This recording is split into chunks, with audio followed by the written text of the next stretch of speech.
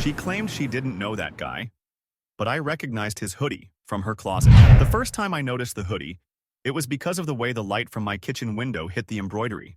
Morning sun poured in at an angle and caught the threads on the pocket so they glinted, like a thin seam of silver under asphalt. It wasn't any brand I recognized. The design was this strange line art bird folded into a heart, stitched in a single unbroken stroke. I remember thinking, that's intentional. Someone cared enough about the detail to make it personal. I'd seen it once before, in a blurry Instagram story from the bar down the block, the one that runs trivia nights and sells pint glasses you can keep if you score over 80. The guy running the music round had posted a selfie holding up a stack of answer sheets, and he was wearing a hoodie with the same threadwork on the pocket. I didn't think much of it then. The bar pushes merch. People buy things. That morning, Maya hummed into the kitchen, still toweling her hair, still smelling like my eucalyptus body wash because she'd run out of hers again and we'd laughed about it. I made her coffee the way she likes it. 1 spoon of sugar, aggressive cinnamon. She wore one of my t-shirts and the hoodie tied around her waist like a skirt. The sleeves dragged along her legs when she moved. I told her she looked like a kid at a sleepover. She stuck her tongue out at me and then kissed my cheek. It was so easy, the domestic rhythm we had. Her bare feet on the tile, my phone chiming with a ticket escalation from work, the little clatter of her rings against my mug when she took a sip. When she left for the office, she took the hoodie with her, and I only noticed because I had this tiny, stupid impulse to smell it. It didn't smell like her yet. It smelled like someone else's detergent. Sharper, floral in a way she never chooses. We'd been living together in a loose way for about 4 months. Her clothes slowly migrating to my closet, her favorite mug inexplicably appearing in my dish rack whenever she stayed over. Officially, Maya rented a studio 10 minutes away, and she kept saying she'd need it for her plants, for her alone time, for when work demanded late nights. I didn't push. I liked that she had a key. I liked that her laughter found a way to fill my living room even when the TV was off. On Thursday, she texted from work and said the team had a client brainstorm that might run late, but she still wanted to meet me afterward at the Rail to hear the guy who does the trivia music rounds because he was doing a set. Come by around 9, she wrote. I'll save you a seat. The blue bubble popped up. 3 dots, disappeared. Love you. ... Miss you already. The way her messages arrived like little taps on the window made my chest warm. By 9, the Rail was loud enough to feel like someone had turned the air into a pressurized can. I threaded between shoulders, said sorry, and wrote sorry with my eyebrows when I couldn't be heard. Maya had texted that she was close, stuck wrapping up a call. The guy from Instagram, same beard, same quick hands, was setting up cables on stage, his hoodie slung over the back of a stool. He wore a black tee, and the tattoo on his forearm wasn't a skull like I'd assumed from the story. It was a bouquet of wildflowers shaded so delicately, it made me do a double take. He laughed loud at something the bartender said, a chesty, practiced laugh that knows how to carry. Maya still hadn't arrived by 9:20. I ordered us fries and a beer for me, something sweeter for her. I watched the door because I imagined the scene where she pushed in and scanned the crowd for me, and then found me, and the smile unfurled across her face. I don't know how long I watched before I saw her. Not at the door, but outside, through the big window that made the front of the bar feel like an aquarium wall. She was on the sidewalk, just at the edge of the yellow light from the sign, talking with the music guy. Not talking. Listening. Head tilted with that half smile she reserves for only a few people and for only a few of their syllables. He reached up as if to tuck a piece of hair behind her ear and didn't. And then he stepped back with his hands up like he knew better. She said something that made him grin, and then she put her hand on his chest for a second like punctuation. The door opened and both of them came in, but not together. He peeled left toward the stage and she came right like we'd planned it. Her face shifted when she saw me watching her. Nothing dramatic. Just a quick recalibration, like a lens focusing. You made it, she said, breathy, like she'd jogged. Client call? I asked, and I hated the way I made it a question that was already obedient. Yeah, sorry. She leaned across the table, kissed me, let it linger. The taste of mint. The smell of the hoodie. I realized she wasn't wearing it. She'd texted earlier that she was cold. Now her arms were bare and goosebumped. That the guy you wanted to hear? I said, nodding at the stage. She glanced without moving her head. Oh, him? He's just the host. I thought the headliner was tonight, but I got the dates mixed up. I don't really know him. He's around. The fries arrived. She licked salt off her thumb and told me about a coworker who answers questions by starting with, "That's a great question," which means it never is. I let myself be charmed back into the night because I wanted to be where her voice was. The music guy did 3 songs, all covers, all faster than they should be. He was good enough that the room clapped, bad enough that it felt safe to talk through bridges. Every time he looked toward our side of the bar, Maya's body tightened the way you do when you see a person you're pretending not to see.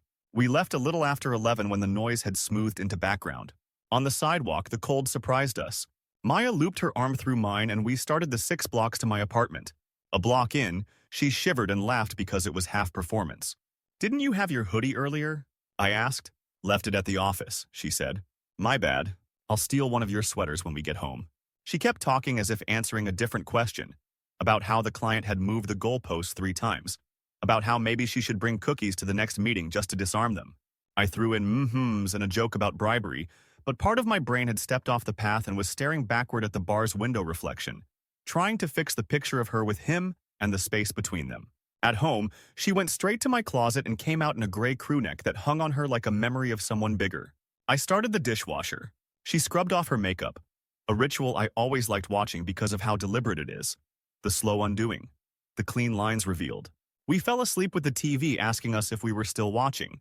I woke sometime after 2 and pulled the comforter up around her shoulders. Her hair was a mess against the pillow. On the chair near the closet door, a hoodie lay folded not the way I fold things but like someone pressed each corner into a perfect crease and then patted it twice.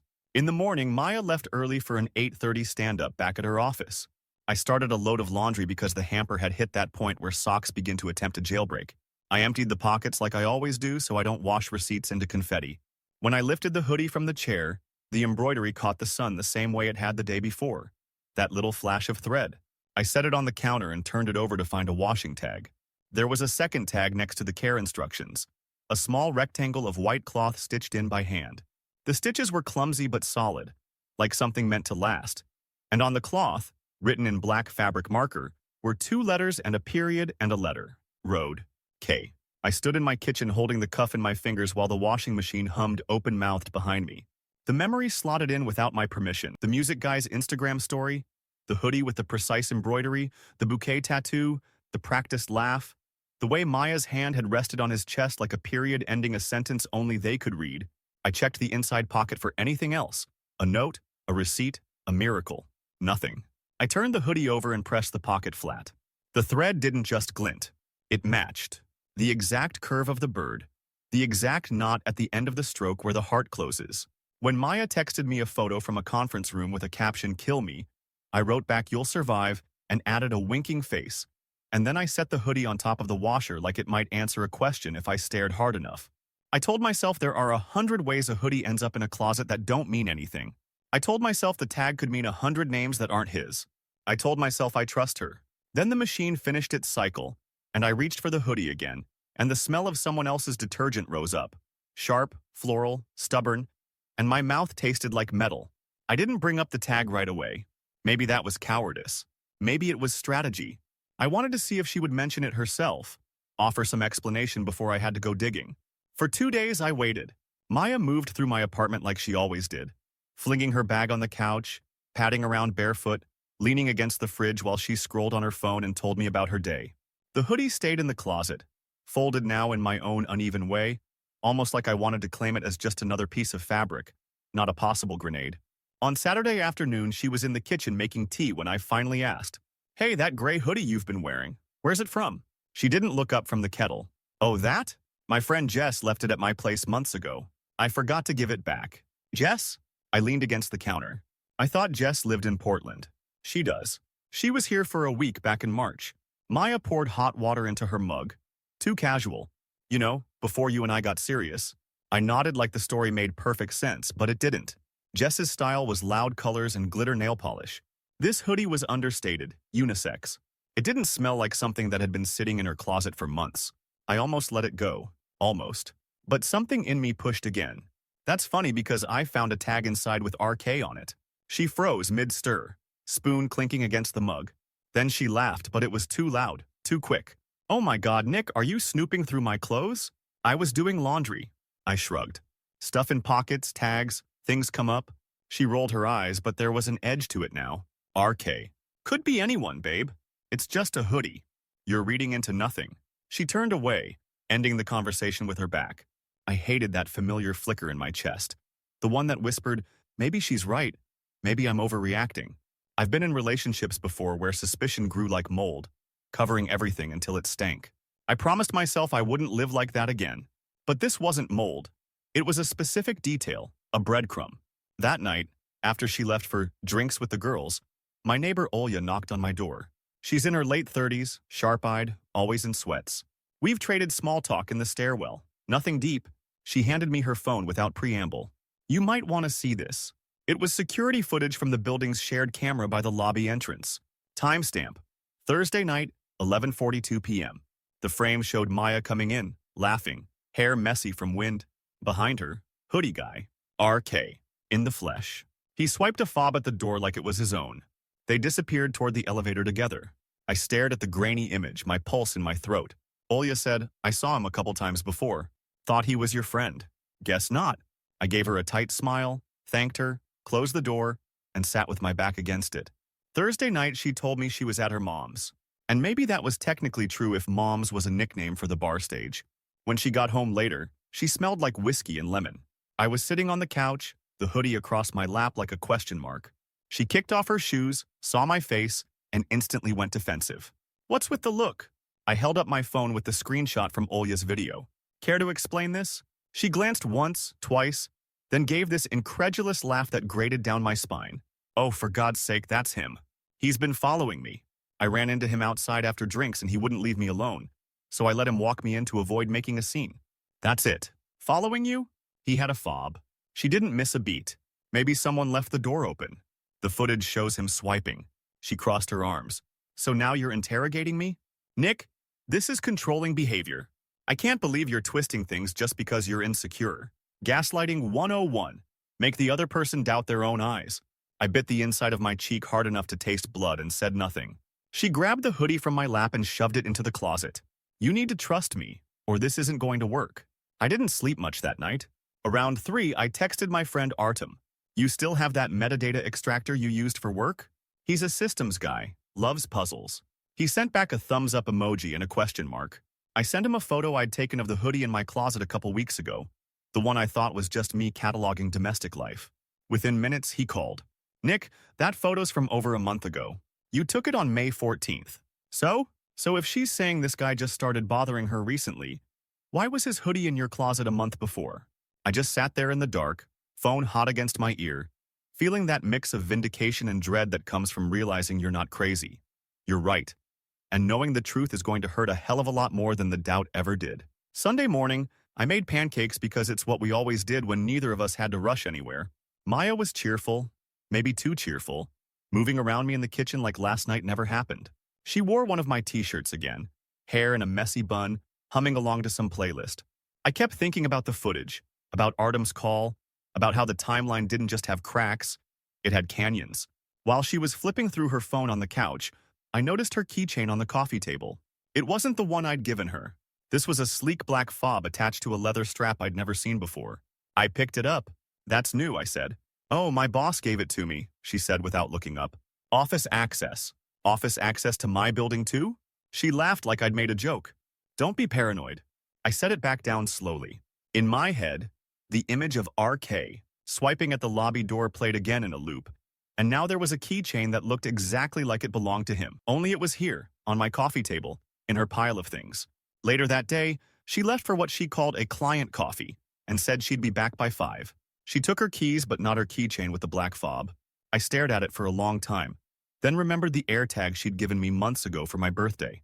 It was supposed to help me keep track of my own keys. I popped it off my set and tucked it into the little zipper compartment of the leather strap on her fob. An hour later, sitting at my desk, I pulled up the Find My app. The dot that was supposed to mark keys wasn't anywhere near the cafe she'd mentioned. It was moving across town, then stopping in a spot I recognized immediately. The Rail. I zoomed in. Same block, same address. She stayed there for 2 hours, then moved to another address a few streets over. I copied it into Maps. An apartment complex. By the time she came home, I had my laptop open, but my mind somewhere else entirely. She was smiling, carrying a to-go cup, saying how the client was such a character and how they might want a bigger package next quarter. I asked about the cafe. She named the one she'd told me earlier. I just nodded, filing away the lie.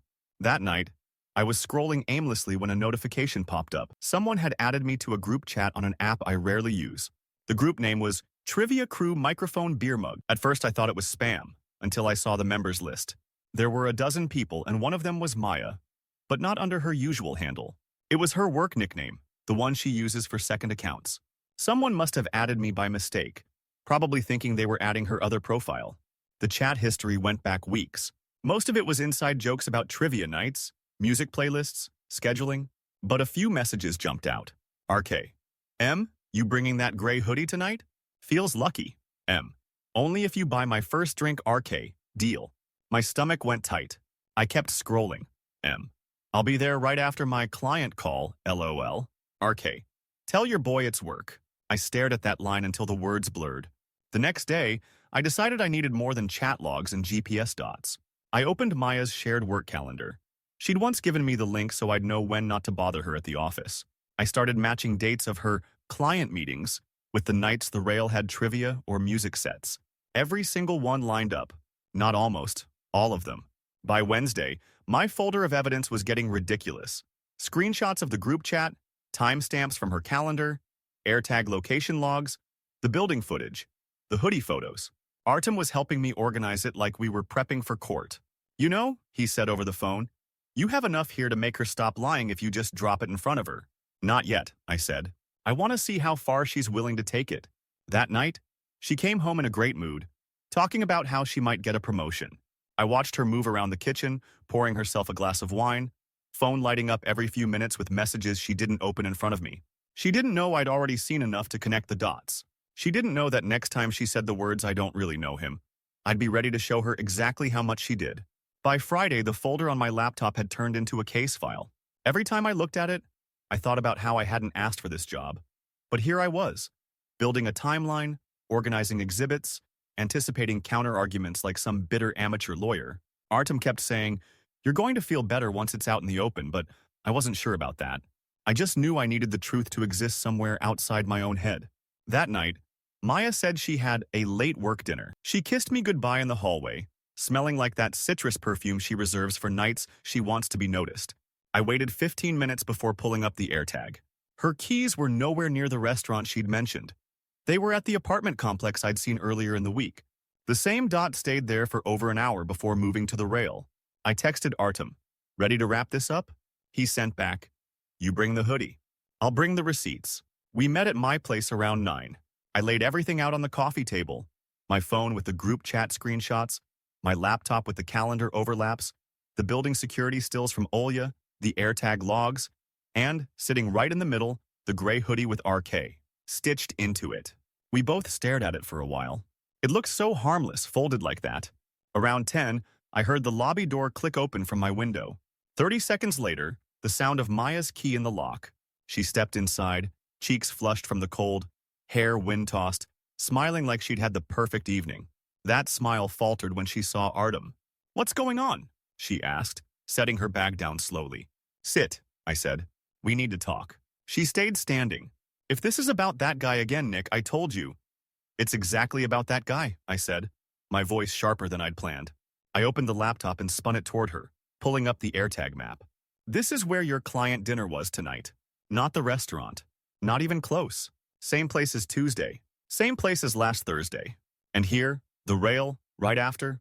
She frowned at the screen, then at me. "You're tracking me now? That's insane." I pointed at the phone. "Group chat. That's you, right?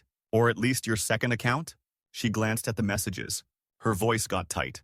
"Someone must have added you as a joke. So it's also a joke that every client call in your work calendar lines up perfectly with trivia nights?" I clicked to the next tab. Side-by-side comparisons, date after date. She crossed her arms, defensive now. "You're making a big deal out of nothing. I go to the bar sometimes." "So what?" I slid the still from the lobby footage across the table. "This is you and him coming in together." He swipes in with a fob. Her eyes narrowed. "He was walking me in because he's been following you?" I finished for her. "Then how do you explain this?" I reached into the closet, pulled out the hoodie, and placed it in front of her. She stared at it, blank. I flipped it inside out to show the hand-stitched tag. RK. The silence between us stretched. Her jaw tightened. "You're reading into it." Artem, quiet until now, finally spoke. And hear me out, it's his hoodie, because he's RK, and you've been seeing him for weeks. She glared at him, then back at me. You two are unbelievable. This is controlling, Nick. You've built some paranoid fantasy because you can't stand that I have my own life.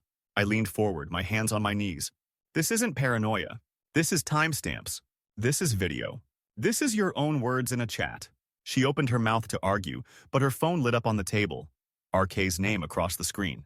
She snatched it up before I could say anything, turned her back, and muttered something I couldn't catch. When she hung up, she tried to smile like she'd regained control. You need to stop. This is toxic. No, I said, standing. What's toxic is lying to my face every single day and expecting me to smile through it. Her cheeks flushed deep red. She grabbed her bag, yanked her coat from the hook. If you can't trust me, we're done. She stormed out, the door slamming so hard the picture frame above my desk rattled. Artem let out a low whistle. You think that's the last we'll hear from her tonight? He asked. I shook my head. I think the real show's coming soon. The real show came faster than I expected. 2 days later, Artem hosted his birthday gathering. A small thing at his apartment, but he'd invited a mix of people from different parts of his life. I knew Maya would be there because she and Artem had been friendly before all of this. She didn't know Artem had seen the whole messy picture unfold, or that he was the one helping me stitch the evidence together. When I arrived, the living room was already buzzing. People balancing paper plates, music low enough for conversation. I spotted Maya near the kitchen, laughing with a coworker of mine she'd met once. She looked like she'd dressed for a night out. Black dress, boots, hair done in soft waves. Her eyes flicked to me just briefly, before darting away like nothing was unusual. I'd been planning to pull her aside, but Artem caught my eye from across the room and gave me the smallest nod. He tapped his phone, then the TV remote. A moment later, the music cut, and the screen above his entertainment center lit up with a shared slideshow. Since it's my birthday, Artem said, raising his voice, I thought we'd all enjoy a little story time. The first image, the gray hoodie, folded neatly, RK, tag in full view. The room chuckled politely, confused. Slide 2, a side-by-side. Maya wearing the hoodie on my couch, and RK, wearing it in a selfie at the rail. Slide 3, the AirTag map. A bright line connecting the apartment complex to the rail on multiple nights. The murmurs got sharper. I glanced at Maya. Her smile was frozen, like she was still deciding whether to play along. Slide 4, the group chat screenshots, with her work nickname in full view, trading flirty messages with RK. About client calls and lucky hoodies. Someone in the back said, "Oh, damn," under their breath. Slide 5. The lobby footage still, timestamp in the corner, her and RK. Walking in, him swiping the fob. By the time slide 6 came up, a neat little calendar showing her client meetings, perfectly overlapping with trivia nights. Maya's face had drained of color. Happy birthday to me, Artem said lightly. And to my boy Nick here, who's been through it. Maya turned to me, eyes flashing. You seriously brought our private business to a party? This is pathetic. I didn't raise my voice. You could have told the truth weeks ago. Instead, you told me you didn't even know him. She opened her mouth, but before she could get a word out, the front door opened. RK walked in like he belonged there, a six-pack in one hand, wearing yet another hoodie from the same limited run. This one dark green, same embroidery on the pocket. He spotted Maya immediately and grinned. Hey, babe. The room collectively inhaled. Maya's lips pressed into a thin line. She muttered something I couldn't hear, stepped past me toward the door. RK reached out to touch her arm. She hissed, not here. But it was too late. Every pair of eyes in the place had already seen everything they needed to. As she disappeared into the hallway, someone near the couch let out a low, well, that explains a lot. I stayed standing by the TV, heart pounding but strangely steady.